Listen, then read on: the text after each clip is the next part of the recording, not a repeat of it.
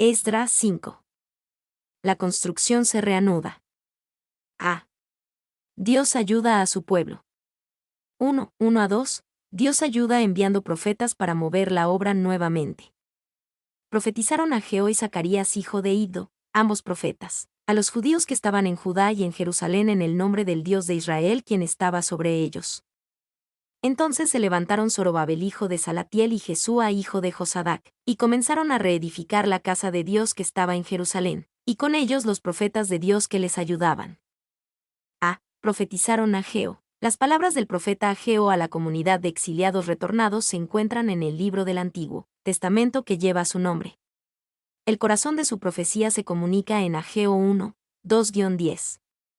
Y los dos profetas que ahora proclamaban su mensaje en Jerusalén aparecieron en un momento de profunda depresión. No nacieron en la cresta de una ola ni de un avivamiento religioso como sus portavoces para darle expresión. Adina. 2. En Ageo 1, 2-10 vemos que el profeta reprendió al pueblo por su actitud hacia la construcción del templo. Ellos habían dicho, no ha llegado aún el tiempo de que la casa de Jehová sea reedificada. Al decir esto, el pueblo hizo que su excusa pareciera espiritual. No podían hablar en contra de la idea de construir el templo, así que hablaron en contra del tiempo. No es el tiempo de Dios para reconstruir el templo. 3. Por lo tanto, el profeta los reprendió con palabras mordaces. Es para vosotros tiempo, para vosotros, de habitar en vuestras casas artesonadas, ¿y esta casa está desierta? El problema era simplemente prioridades mal ordenadas. Estaban contentos de dejar que la causa del Señor sufriera a expensas de su comodidad. En cambio, no deberían haber sentido descanso hasta que la obra de Dios fuera tan próspera como sus vidas personales, y deberían haber estado tan dispuestos a sacrificarse por la obra de Dios como lo estuvieron por su comodidad y lujo personal. 4. Entonces Dios habló al pueblo por medio del profeta: meditad sobre vuestros caminos. Subid al monte, y traed madera, y reedificad la casa, y pondré en ella mi voluntad, y seré glorificado. Dios los llamó a trabajar. A veces, la causa de Dios necesita trabajo que se apoye en la oración, no trabajo que se descuide debido a un pretendido servicio espiritual. El pueblo había permitido que un retraso fuera de su control se convirtiera en un retraso de su propia elección.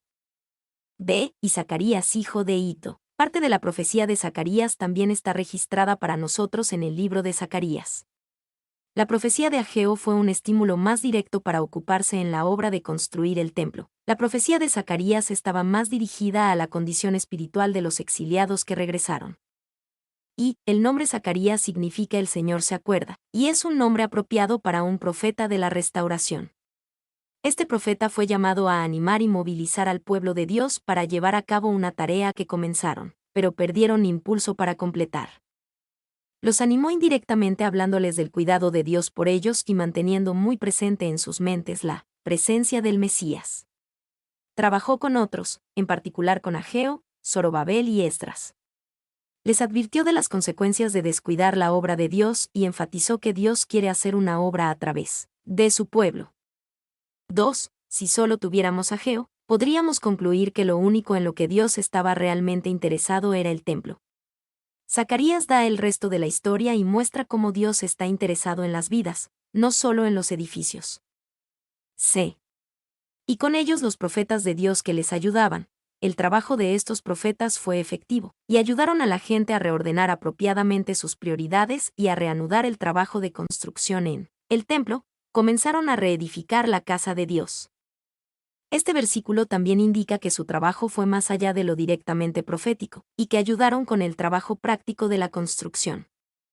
Y Darío llegó al trono en un momento de conflicto y lucha. Por lo tanto, los judíos de Jerusalén comenzaron su trabajo sin recibir ningún permiso de él, y lo hicieron cuando él estaba demasiado ocupado peleando por su trono como para atender los problemas de una ciudad pequeña y distante. Adina. 2, 3-5. Dios ayuda protegiendo la obra y permitiendo que continúe. En aquel tiempo vino a ellos Tatnai gobernador del otro lado del río, y Setar-Bosnai y sus compañeros, y les dijeron así: ¿Quién os ha dado orden para edificar esta casa y levantar estos muros? Ellos también preguntaron: ¿Cuáles son los nombres de los hombres que hacen este edificio? Mas los ojos de Dios estaban sobre los ancianos de los judíos, y no les hicieron cesar hasta que el asunto fuese llevado a Darío, y entonces respondieron por carta sobre esto. A. Tatnai, gobernador del otro lado del río. Este era el hombre designado por el rey de Persia para gobernar la provincia que incluía a Judea. Él y sus compañeros querían saber por qué se había reanudado la obra de construcción tanto del templo como del muro. Y hay una mención del nombre de Tatnai, probablemente, y el cargo, ciertamente, en un registro babilónico fechado en el año 502 a.C. que habla de Tat-Tani, gobernador de Ebernari, es decir, de más allá del río. Kidner. 2. Como todo avance espiritual, desde Abraham hasta la expansión misionera de Hechos, esta empresa comenzó con una palabra del Señor. Y, al igual que el resto, fue rápidamente probada y amenazada. Kidner. 3. Tatnai parece mucho más razonable que los samaritanos que se opusieron a la obra unos 15 años antes de esta. Esto nos muestra que no todos los que se oponen a la obra de Dios lo hacen por maldad premeditada. Algunos lo hacen por costumbre y sentido del deber. B. Ellos también preguntaron, ¿cuáles son los nombres de los hombres que hacen este edificio? La versión en inglés New King James Version traduce esto como, entonces, pues, les dijimos los nombres de aquellos varones. Esto podría haber sido registrado por Esdras para demostrar que no había ningún indicio de rebelión entre los judíos que regresaron. De ninguna manera estaban tratando de rebelarse contra la autoridad del rey persa. C. Mas los ojos de Dios estaban sobre los ancianos de los judíos, y no les hicieron cesar. La bendición de Dios estaba sobre ellos. De modo que la obra reanudada bajo una respuesta a los profetas de Dios no tuvo que detenerse cuando tenía poco de haber comenzado. La obra continuó y esta bendición fue una confirmación de la mano de Dios sobre sus profetas. Y no debemos suponer por un momento que esto era algo nuevo. Ese ojo siempre había estado sobre ellos, pero a través de la enseñanza de los profetas y su llamado entusiasta, su conciencia de relación con Dios había sido renovada nuevamente. Morgan. 2.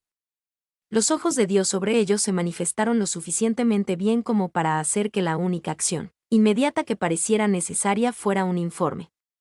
Kidner.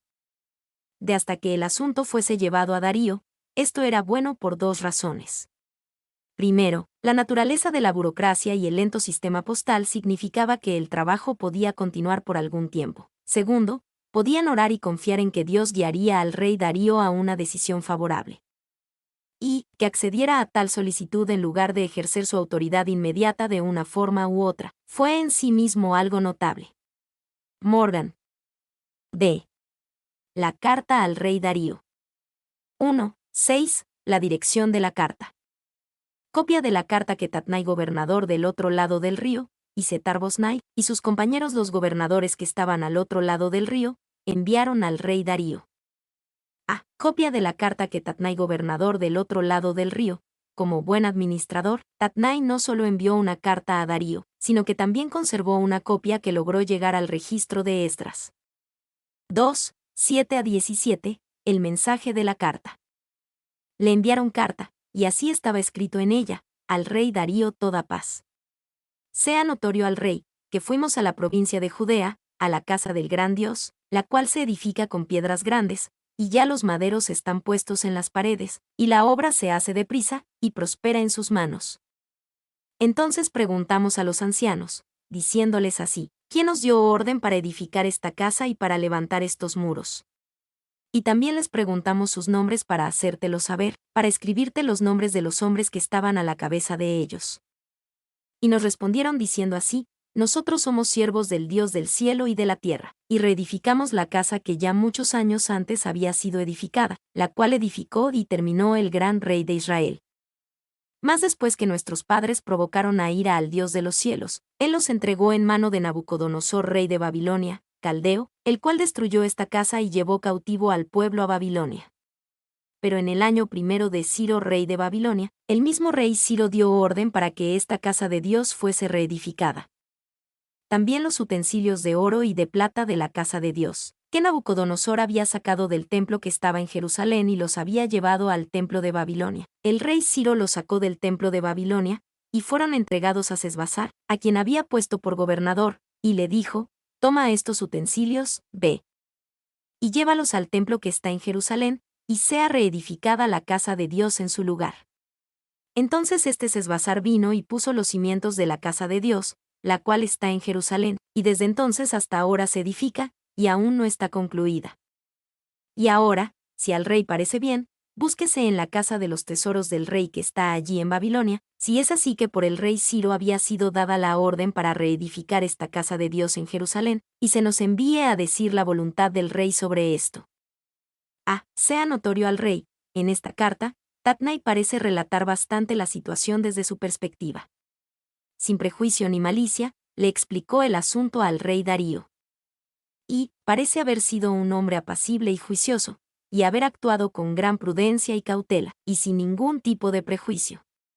La manera en que le presentó esto al rey es una prueba completa de esta disposición. Clarke.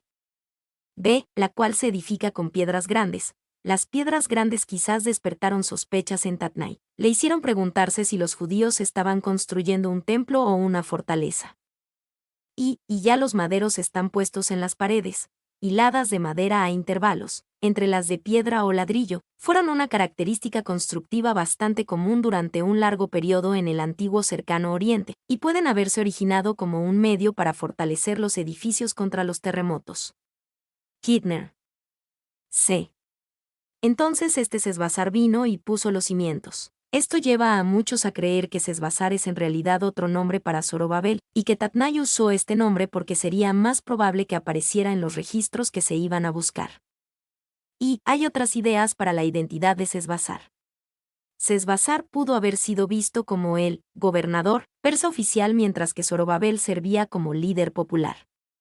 Esta puede ser la razón por la cual los judíos mencionaron a Sesbazar aquí cuando hablaron con las autoridades persas. Yemauchi.